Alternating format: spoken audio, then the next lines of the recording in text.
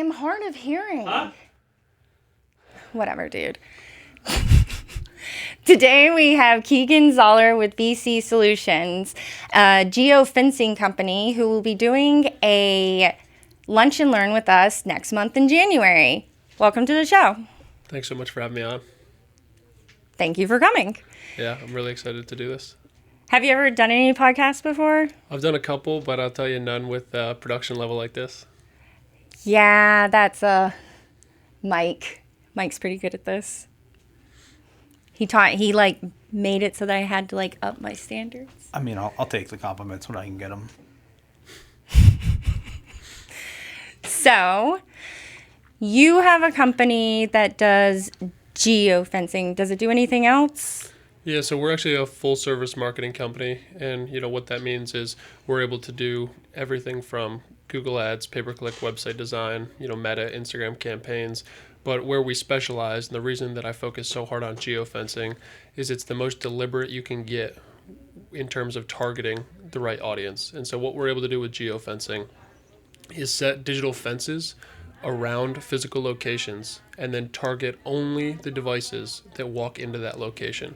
So for example, if you're Starbucks, or let's say if you're Buddy Brew and you want to target coffee drinkers, where do coffee drinkers go? They go to Starbucks.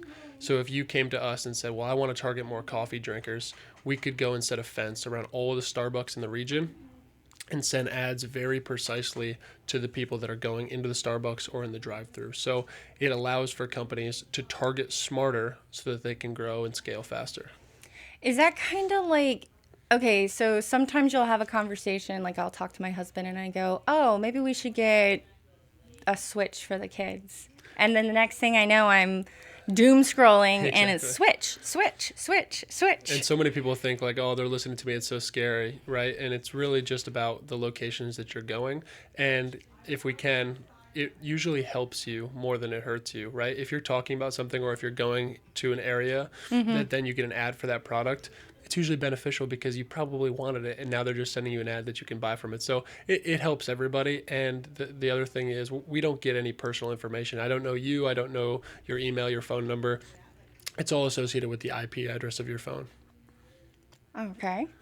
So how did you get into geofencing? I know that there are marketing companies, but I haven't seen a lot of them that specialize in geofencing. Yeah, if we can, let's backtrack a little bit. And on my, entrepreneurial journey, I think would be a good place to start, and that'll lead into, how I got into geofencing. When I was younger, I was a, big basketball player in upstate New York, and I started realizing I gotta try to make some money, and so I can't do basketball is not gonna be forever. And so when I was in high school, I was giving basketball lessons to just the kids in my community, which was a great easy way to make a couple of bucks. And then I moved into things like power washing, which I think every entrepreneur out there has done. And I did a little lawn mow and realized that, I wasn't really cut out to mow lawns all summer.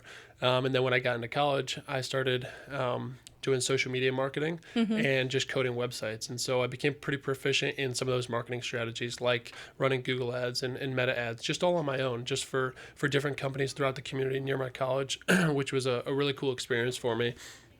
One of the feedback loops that I would get from our clients or from prospects that maybe said no to working with me was that it was difficult for them to understand where the ads were being sent and also what the value that they were getting out of just posting on Instagram or just posting on Meta, which don't get me wrong, I think there's a lot of value in that. But when you're looking to spend your money as efficiently as possible, and let's say you post on Instagram and you're in Florida and someone in California likes and comments on your post, they're probably not going to be a buyer if you're a brick and mortar business in Florida, right? Because it's hard for them to buy. They don't even live there, And so I was thinking through, how can we, make marketing a little more efficient? I finished up school and was working for a company and thankfully stumbled across, my now partner and friend, John Reams, who, was very, very heavily involved in geofencing, when it first came around, about 8 years ago.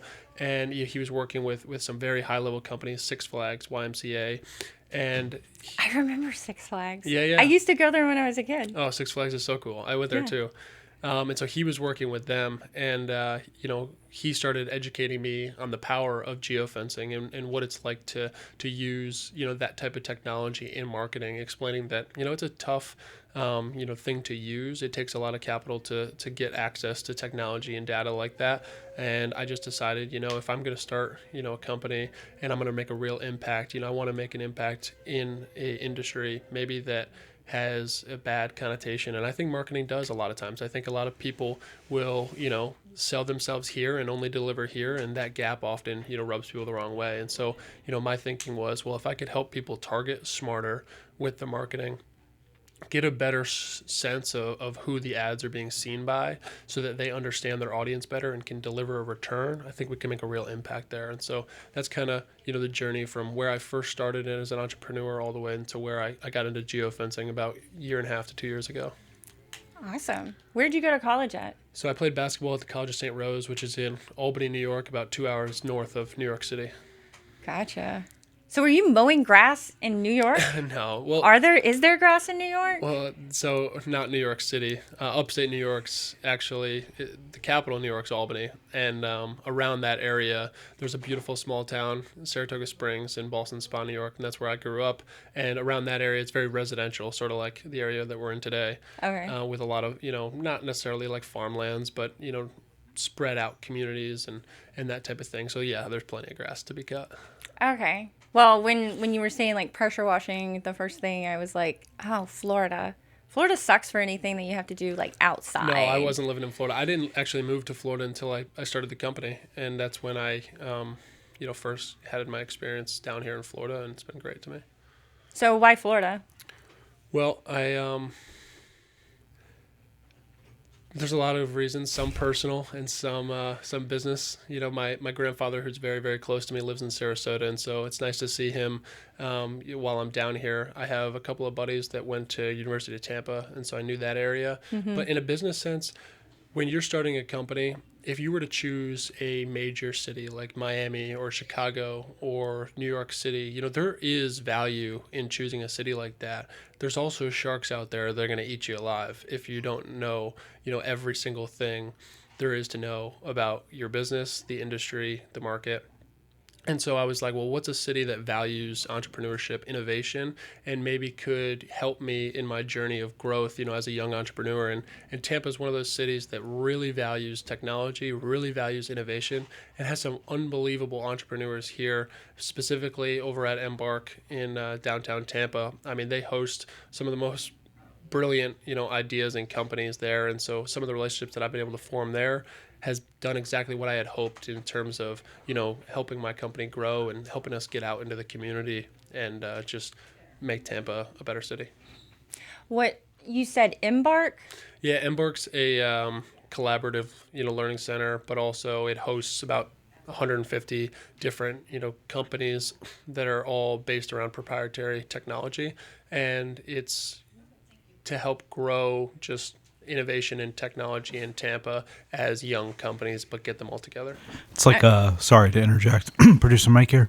It's like a think tank, a giant think tank. Exactly. Okay. It's the workspace. They all collaborate. Some of the most popular up and coming places, just to help you out, are based out of places like Embark, and there's a number of other ones. Yeah. And they all work together, and you wind up actually developing additional companies out of the partnerships you find there. Exactly. And so, okay. Sorry. No, you're good. And so being a part of something like that, and I'm not in Embark, but being associated with different members and business owners there and growing those relationships, also the knowledge of what it was, I was like, man, like this city values tech, innovation, entrepreneurship. What I'm doing is tech, innovation, entrepreneurship. Yeah, Tampa, I think it was before COVID hit. Tampa was supposed to be, and it might still be, it was supposed to be the next Silicon Valley. Yeah. I think Microsoft came out here. The only reason I know that is my husband's in IT. I don't really normally keep track of Microsoft, to be honest. I don't either. But yeah, I know since I've been here, Tampa has grown a lot. Like, it just keeps expanding. I feel like it's a pretty young city too. There's a lot of, and I don't mean young as in like, in your 20s, but younger in the sense of like, sub maybe 40. I feel like there's a lot of people that move here either to start new careers or start a business or, move their families while their families are young. At least in what I've seen, maybe through going to the church or just being involved, in the community. I've seen a lot of younger families, which was nice to see for me, especially, knowing sometime in my life I'd like to do the same. So it's exciting to see that, a city like this is comfortable for families. I like Tampa because like you can do everything. True. So I have kids, so we can go to a hockey game. We could go to a baseball game. We haven't since the hurricane hit and all of that. You can go to a football game. You can go to the opera. You can go to the ballet. And it's all within an hour. It is very cool. And then what's with that? It feels like everywhere in Tampa is like 20 or 30 minutes, no matter where I go. Should I get used to that? Yes. When I lived in Clearwater, it was like everything was an hour. Like before I opened my business and I was working for other people, I would like try to map out how far away the job was. And the commute was always going to be 30, 45 minutes. So yeah, I mean, it's turning into a pretty big city. I think so too. Every time I go downtown, I see another apartment building popping up. I think you just like, if you stay out of certain times, I know don't travel through Tampa between 4 and 6. Yeah, right. There was one time I used to have a job right off of West Shore, and I would come in early so I could leave. And I was coming out at 4, and I was driving back to Clearwater. And I'm not joking you. This car just ran off the road, hit the exit sign, and I'm like, oh my gosh. So if I'd like had a conversation on my way out of the office or something like that, I would have got stuck in traffic for hours. Not good. I don't know what happened to the person. I'm assuming Hopefully he fell he's okay. asleep or something. Hopefully they're okay. I don't know. His car wasn't that messed up. The sign was pretty messed up, but not the car. So, but yeah, pretty much between 4 and 6. You don't want to drive through. Especially get to the Center Club. Like Center Club's a great club. We were out there a couple of weeks ago for a meeting, and we were like getting close to 5, and they're like, well, we might as well stay for the candle making thing because... The candle pour? Yeah. Yeah, Center Club's been an unbelievable place for me in our business. What are some of the benefits that you've gotten from that? The Center Club? Mm-hmm. Well, first off, Center Club allows for you to collaborate and network. They have events, probably 3 per week. They also have a beautiful restaurant and bar that you're able to bring, prospects or just friends to experience a beautiful club with great people. I've met some of my strongest relationships and partnerships through the Center Club just because you're there and everybody's trying to better themselves in their business. Everybody's dressed nicely, which I very much appreciate. And so you're there and you're able to collaborate with each other. Another benefit is they're constantly looking to help you in terms of your own business. Amy and Dana and Crystal, over there, they're so great to me.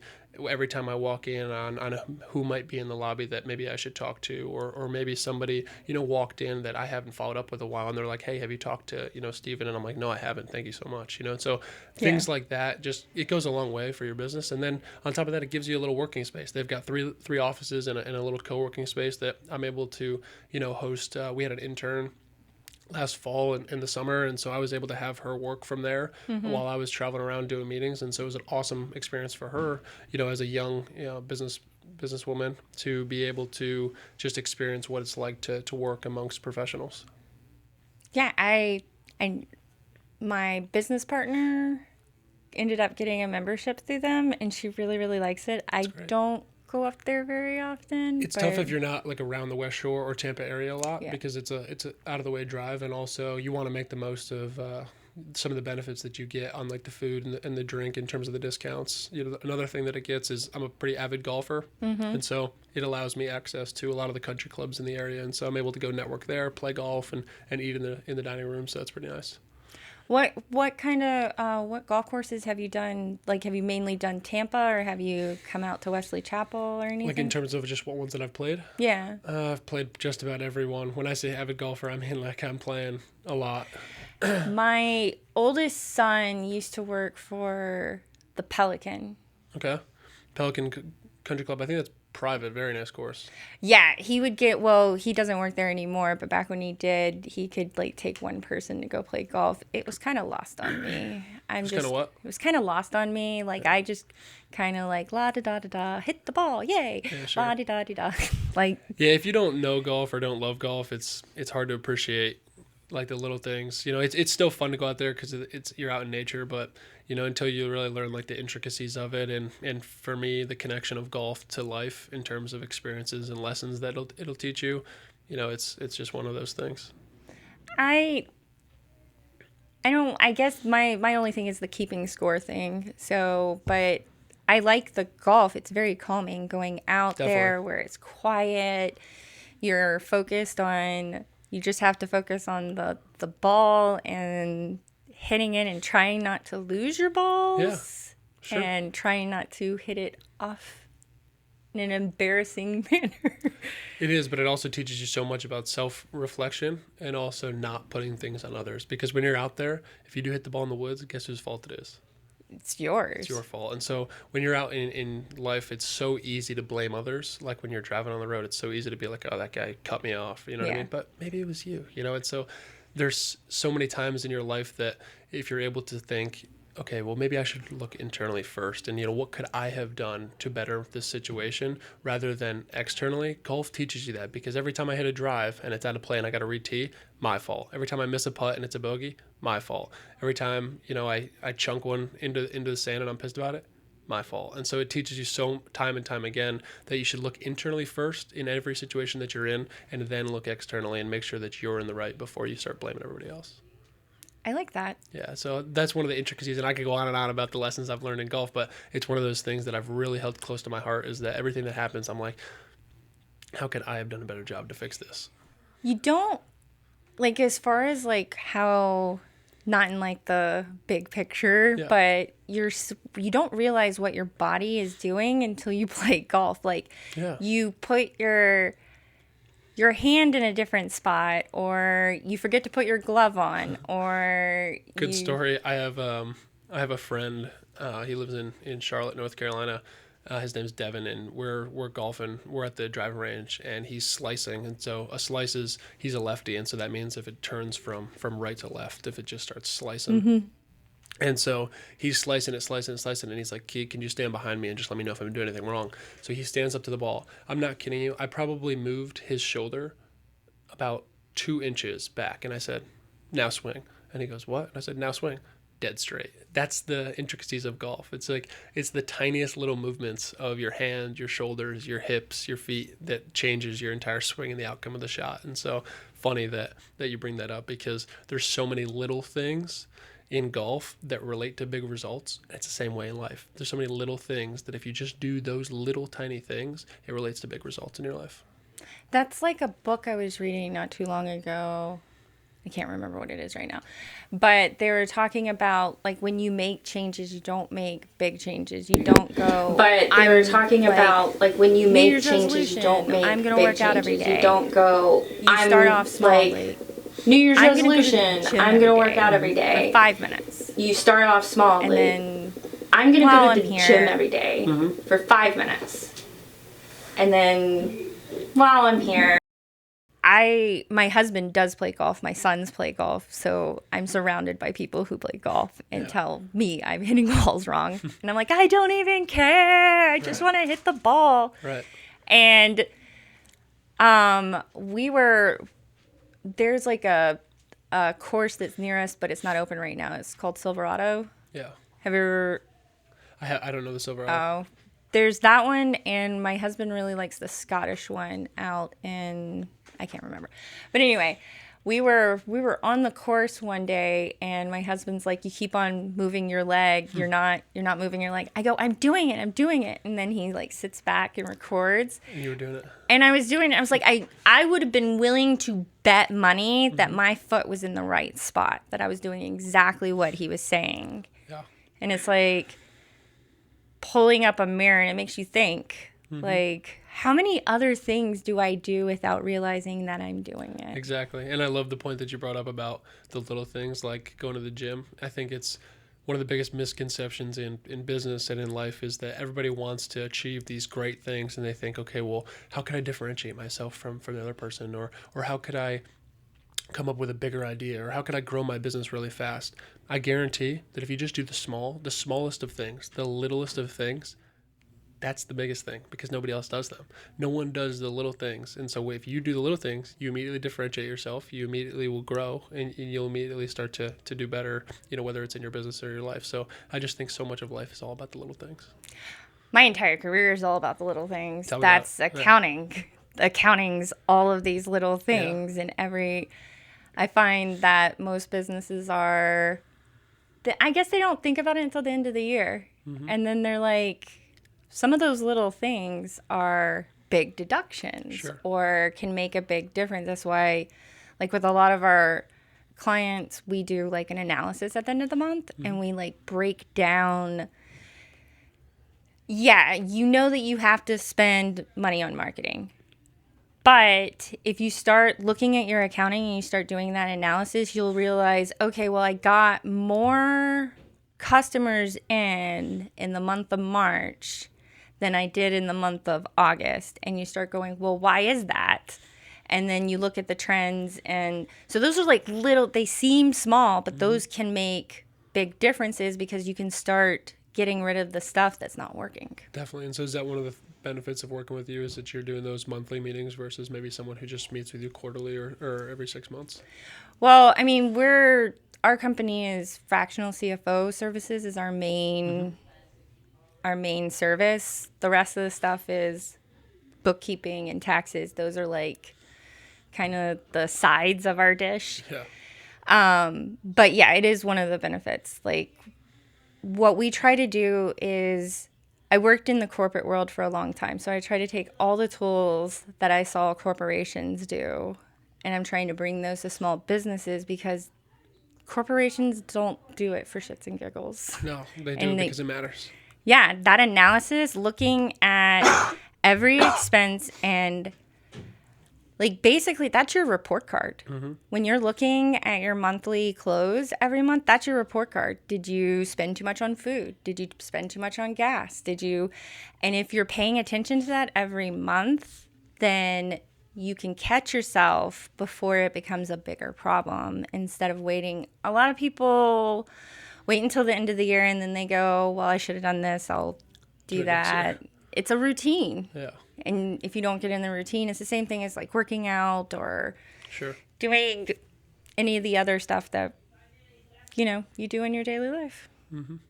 So, but yes, my entire life is the little details. I love it. Trying to find like the puzzle. Why is this piece not going in here?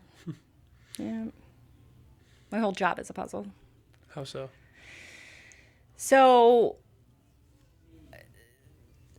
business owners go off and do things. They're really good at their job, but they may not be really good at the other things So running a business isn't just about going in pressure washing or going and doing accounting.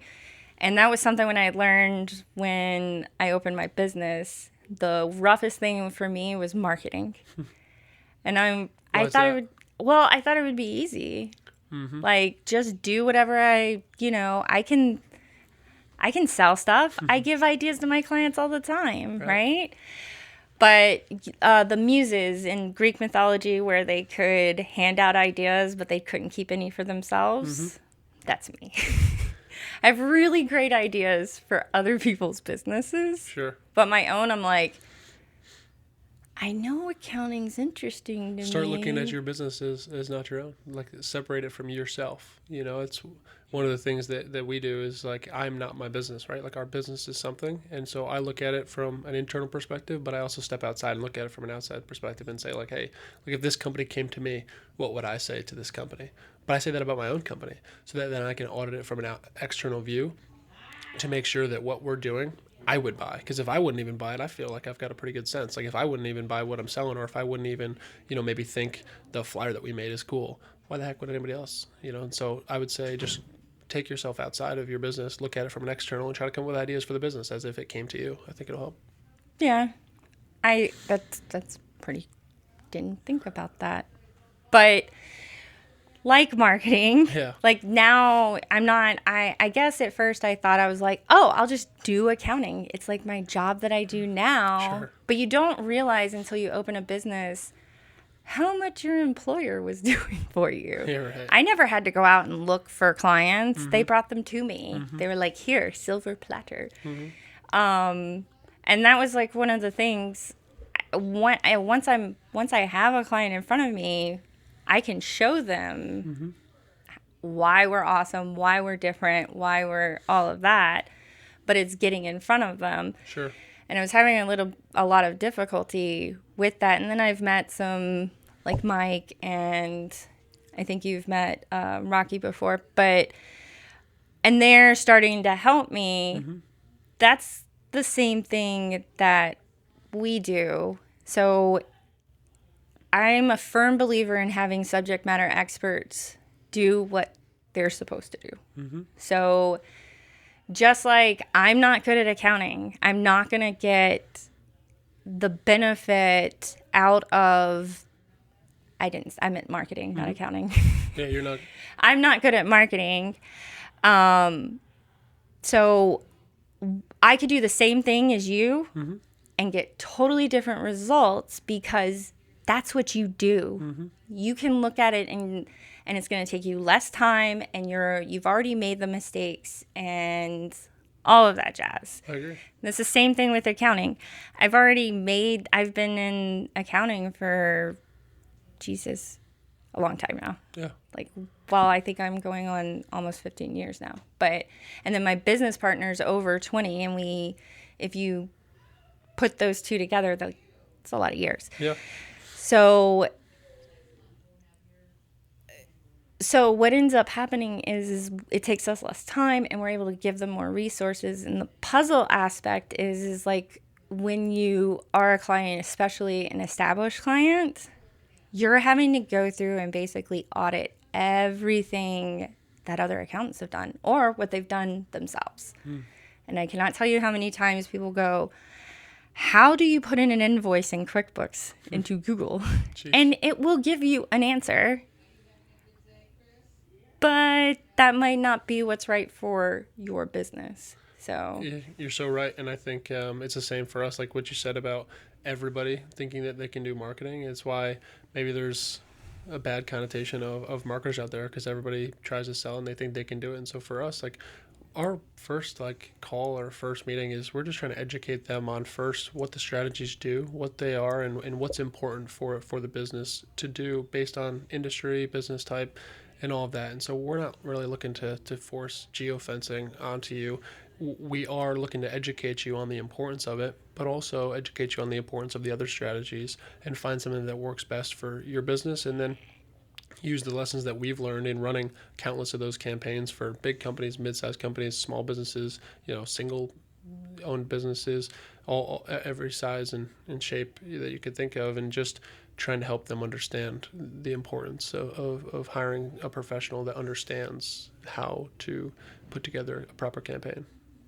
yeah, I've been in business for almost 2 years now, and I've been through a couple of marketing people. Most people have. And it's like, there's no dipping your toe in there. No. You can't just and you try to track it to see if it's working or whatever. But I think the industries are similar, accounting and marketing. Most clients are going to have a horror story. Yeah. Oh, I went to this marketing person. Well, it's because most marketers will promise you this, even though the highest that they can deliver is this. So then there's a gap of deliverables. And so the expectations is how you solve that. And just setting proper expectations is the most important thing in pretty much any business that you're in, but especially in marketing. Like, I'm not going to go and tell you, like, LaDonna, like, we're going to drive $1 million in business next month. Like, you might believe that, hire me. Are we going to drive $1 million in business? Even if I was the best marketer ever? Probably not, because the market share is not big enough for you to even, right? So the expectations have to be right. And so, like, when I'm setting our expectations with the clients, like, we're trying to make them not as easy to attain as possible, just as practical as possible. Like, hey, in the first month, based on our experience with your industry, with the amount that you're spending and the amount of impressions and views and clicks that you're going to get, this is the business that you're going to see back. Then we're going to audit it and we're going to optimize the campaign. And then in the next month, this is what you're going to see. Then we're going to do the same thing. And then in the next month, this is what you're going to see. And over a long period of time, based on all of this data and knowledge, and remember, us targeting smarter than just, sending out general awareness, this is what you're going to see. And by setting those expectations, usually you build way more trust because you're showing that I'm interested in seeing you succeed. And you develop a much better relationship than saying, hey, look, we're going to drive this, when in reality, even if you're the best, you can only drive this. And now there's that gap of it's impossible to be successful. I've never understood people setting expectations that they know is outside of their realm of possibilities. It's because they don't know it's outside. They just want to sell. And so they're just telling you what they think that you want to hear so that you'll buy from them. And so they're setting expectations that they think you want to hear. But by setting expectations practically, it shows that you actually understand the potential and understand where the person, like if I came to you and just said, we're going to do this, it's because I'm uneducated on the actual ability for you to grow. And so I'm just selling you on what I know that you want to hear. So of course you're going to buy, but then that leads to the horror stories that we talk about. And so it's having that self-restraint to not overpromise and just tell them not what they want to hear, tell them the reality and say, look, I appreciate that you want to become a $1 million business. It's going to take this long. It's going to take this amount of spend per month. It's going to take these optimization, metrics. It's going to take this type of performance over month to month. And that's what it's going to take to get there. But I'm going to be with you every step of the way. That sounds pretty good. It sounds way better than I'm going to get you $1 million next month. That's unrealistic. And so going back to the expectations, it's not that they're trying to sell you something that they know they can't reach. They're just not sure what it is. It's a, hope that they get there rather than a practical audit of the business to set up a campaign in a way that makes sense for them, that's going to get them to the goals they want. I like that you're very plan oriented. Like, it sounds like your clients there, when like you're meeting with them, you're not giving them statistics or saying this is what we're going to do here. This is the same thing we do is like, here's our plan. Mm-hmm. And at these steps, we're going to evaluate the process and see if it's working. If it's not, then we're going to change it. And I like businesses that work that way, that don't necessarily promise hard numbers, because you honestly, especially in the service industry, you don't know. Yeah, and some of the most tremendous value that you can get from working with us is some of the data that you get back. We have a company that we're fencing a bunch of their different competitors. Well, of course, when they first came to us and they give us 20 locations, we think all 20 are going to be great. But then after the first month, we realized 6 of them aren't getting many impressions, which an impression is an eyeball on an ad. They're not getting many clicks, and they're not getting many store visits from them. So maybe it's not the best place to set a fence around. And so we eliminate them and cut them off. That allows for more of the budget that they have to be spent on the locations that are working. And so when you talk about value, the value doesn't always need to be in, the return or what you get back. Sometimes it's in saving money. Sometimes it's in learning who your audience is. Sometimes it's understanding where your audience lives so that you can target them smarter. And so when you talk about a plan, that's all that we're trying to do, is help them not only understand their audience, drive business from the audience that is resonating with them and is their ideal audience. And that's sometimes more valuable than, driving a couple sales that, from a random location that you have no idea why they came. Yeah. So we were talking about planning and stuff. So what's your big 5-year goal? Where do you see yourself in 5 years? So big skyscraper? Twofold answer. No, just continuing to serve people and continuing to just do my absolute best to serve and inspire other people, truthfully. Like, that's like the most cliche answer, but it really is. Like, I get such great joy out of seeing other people succeed, and that doesn't mean necessarily just my clients. It just means like my friends too, when I see them succeed. So serving, other people and inspiring other people to better themselves. I think every person has so much more to offer than they give themselves credit for. And so just trying to find a way to pull that out of them, to let them know that, hey, I really believe in you and I think that you can do great things. And so pulling that out of people is something that I really want to do long standing, like my whole entire life. But in terms of like business goals, like we really want to grow and continue to make an impact in the Tampa market. We're hiring, in the next year for a couple new positions. So I think that's going to be really cool, just to grow our team and to continue to scale, hopefully in the franchise industry, which we've been focused on, which I'm happy to speak on. But I've never been someone who's really like, I want to get to this revenue goal and this revenue goal, because, at the end of the day, if you just do, like we talked about, the little things, and if you just keep working, each day, and you keep just serving people, and, all of that's going to come back to you in tenfold, with, of course, having kind of, somewhat of an outlying structure of a year, 3 years, 5 years. But it's just, in my opinion, it doesn't need to be so deliberate and specific in terms of exact revenue, goals, or like you said, a skyscraper office. Those things come as you continue to serve people in the right way and continue to just do good work. Yeah, this is around the time of year that we're, like, the last month, that's the last chance you get to put any expenses in, do any, like, and one of the things that I ask from my clients is, I need you to come up with 3 goals that you want to have for next year, but they can't be revenue goals. Yeah, that's great. And they shouldn't be, because in reality, whatever goals they come up with, I bet that by attaining those goals, because they're probably some sort of production, whether it's health, wellness, or spiritual, or, physical, whatever it may be, whatever that goal is, I'm sure it's some sort of progress. And by achieving that, I'm sure the revenue went up as well.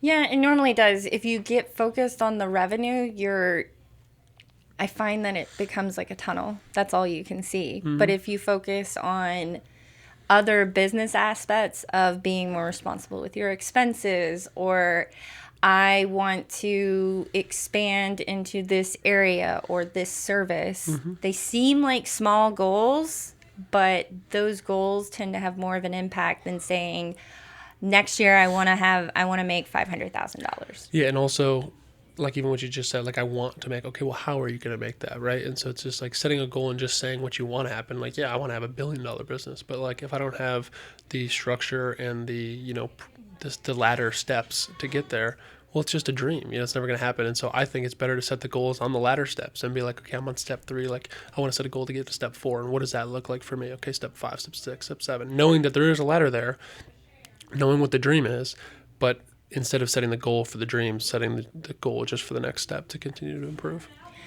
Yeah, and then the other thing is that sometimes some of those goals, they're, okay, yeah, let's say you want to be in that skyscraper. Well, if you don't put a good foundation, mm-hmm.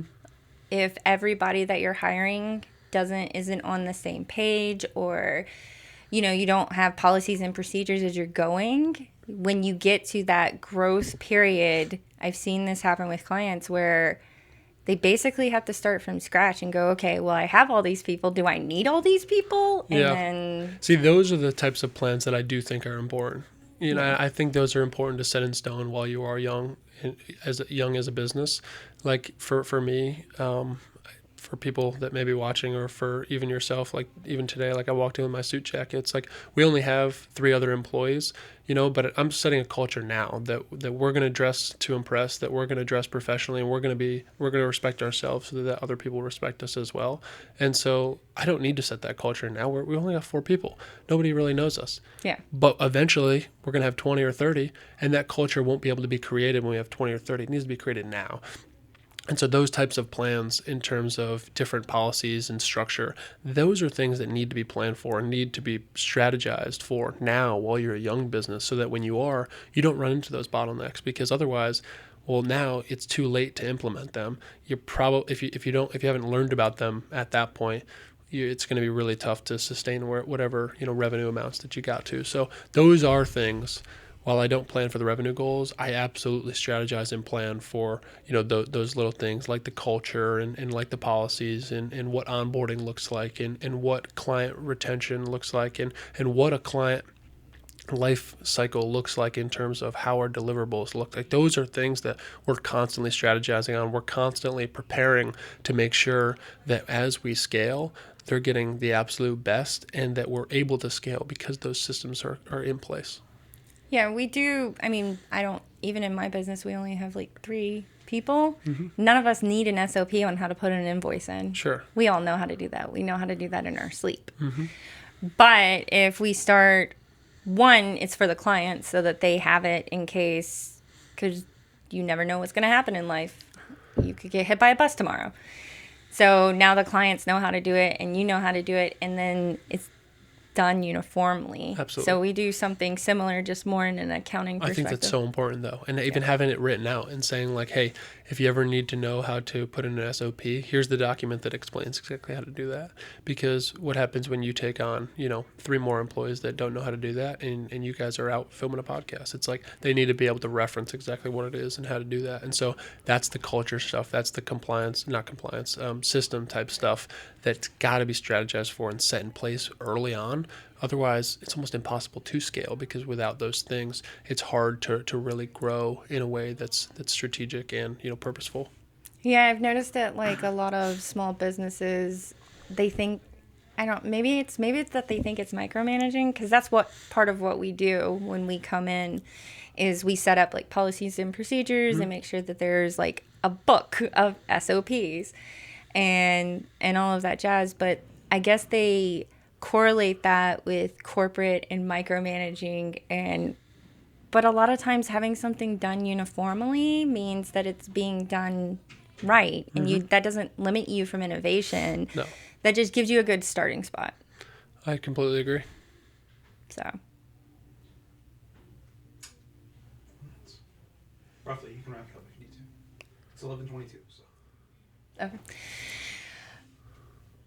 Okay, so do you have anything else is there any events that are coming up, or is there anything you'd like to tell everybody as they wrap up their year before we have your lunch and learn in January? I can't wait for the lunch and learn, and I've really enjoyed our conversation. I think for us as a business, for people that don't know, maybe I haven't touched on it. What we're building is something innovative in the marketing industry, and what I mean by that is we formed a partnership with a company that allows us to integrate with point of sale systems. And so if you're a QSR, restaurant, retail business, we're now able to target certain people, drive them to your store, and then understand exactly how much they spent in your store. So when you speak on, I want to know how much I'm getting back based on the marketing we're spending, there's nobody else in the country, I'm serious on that, that's able to understand not only where the customers are coming from, but also how much they're spending than what we're building here. So if you're, like I said, QSR, restaurant, retail chain, even if you just want to learn more, about how that process works and what we're building, we're a great spot to do that. I'm also very excited about your lunch and learn. Oh yeah, thanks. Yeah. Yes. I'm excited on that. Talk me through that a little bit, and we don't have to have this, but talk me through like what you want me to. Is it more just business tied or some life stuff too? I know we got to talk a little golf as well. I always like to add that stuff in there. Yeah. Well, the Geo-Fencing is so we try to make this more conversational. Yeah. And then that's Geo-Fencing. Yeah. Sure. So I can do that. It's kind of one of those things. We want people to come to this, and this is where they learn a little bit about you, and then you get to give the information. I never wanted it to be split, to feel like they couldn't, nobody knows me, because now they've had the opportunity to watch this. Well, so. I appreciate that. And if you want me to leave them with anything, I've got a quote wall. I don't have a quote to give you, but I've got a sticky note wall with quotes on everything that I try to keep myself and everybody in my life to a standard, right? And so one of the most important things that I'd love for if the people at the lunch and learn are watching this is how you do one thing. To me, is how you do all things. And so whatever it is that you're doing, just do it how you would do everything. And so when I'm at that lunch and learn, I'll be delivering a speech or a lunch and learn exactly how I would do it every single time. So I'm excited for that. I'm very excited too.